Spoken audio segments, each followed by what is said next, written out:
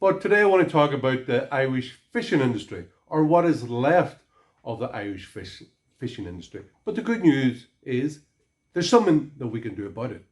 Now, the bad news is, quite incredibly, the Minister for Marine, Mr. McConalogue, has welcomed the EU's project of decommissioning Irish boats. Now, the EU is paying us our own money. Ireland has been a net contributor since 2013. We gave it 700 million a year net over recent years, and that's going to increase. But anyway, the EU wants to give us 60 million euro of our own money to decommission, or basically scupper, Irish boats. By the time this project is finished, the offshore fishing fleet of Ireland will be 1/3 of what it was in 2006. Mr. McConalogue and all his Fianna Fáil, Fine Gael and Sinn Féin colleagues have pretty much hoisted up the white flag of surrender to the EU.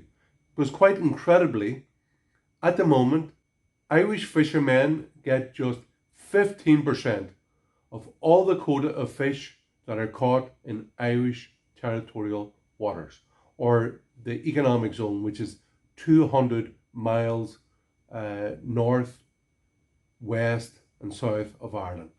Ireland's territories extend to 10 times our landmass. Is like Ireland is an island and we are a maritime nation. And since we joined the European Union, or the Common Market as it was called, in 1973, according to Dr. Karen Devine of DCU, who, looking at Eurostat, worked out that we have given to EU boats since we joined 215 billion worth of fish since we joined the European Union.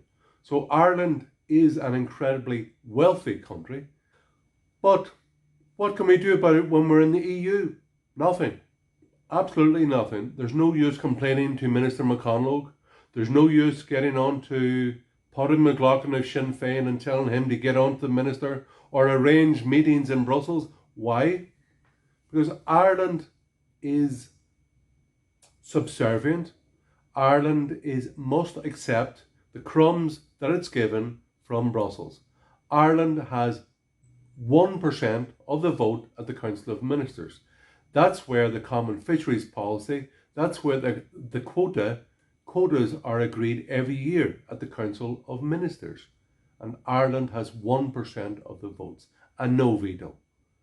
So that's why the large fleets of factory ships which come from Spain and France and Portugal, etc., and Holland and the Netherlands, every year will never ever think, oh, that's unfair in Ireland, that's a bit lousy, let's give them back their fishing waters.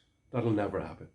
But the good news is, Ireland, as a nation, as a maritime nation, we've got fantastic resources. We've got the best fishing waters in Europe because of cold water. The only way we can ensure our sovereignty over Irish waters, the only way we can ensure that Irish fishermen have the sole right to fish in Irish waters, is to leave the common fisheries policy and leave the European Union. That's the only way. Complaining to the minister about this practice and that practice won't make any difference. He has no power. He doesn't decide. He's a whipping boy. He's a message carrier from Brussels to Irish fishermen and women.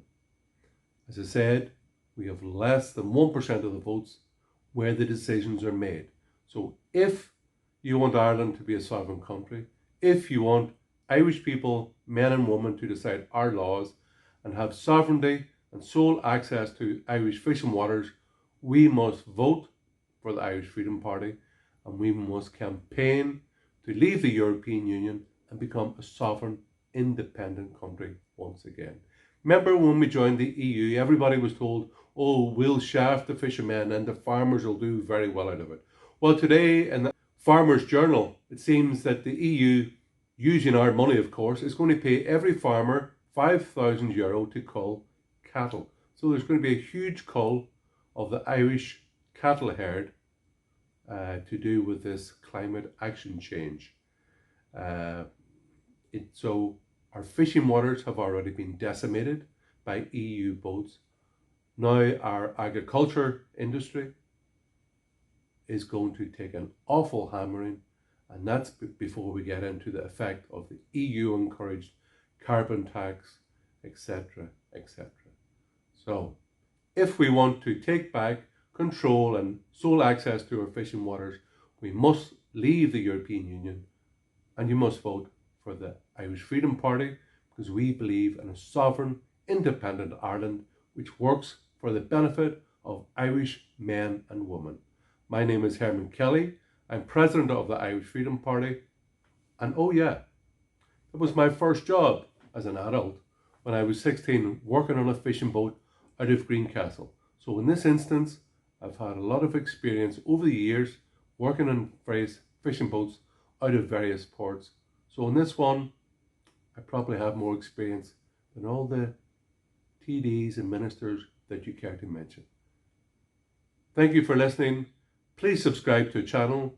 Please share this video and help us in the Irish Freedom Party get the message out. We are looking for more cash, we are looking for more candidates, and we're looking for stronger and larger commons in every constituency, that we can run candidates that can represent the Irish people, the working man and woman, the fishermen, the farmers, the nurses, everybody in this country who wants a better life for their children. Go to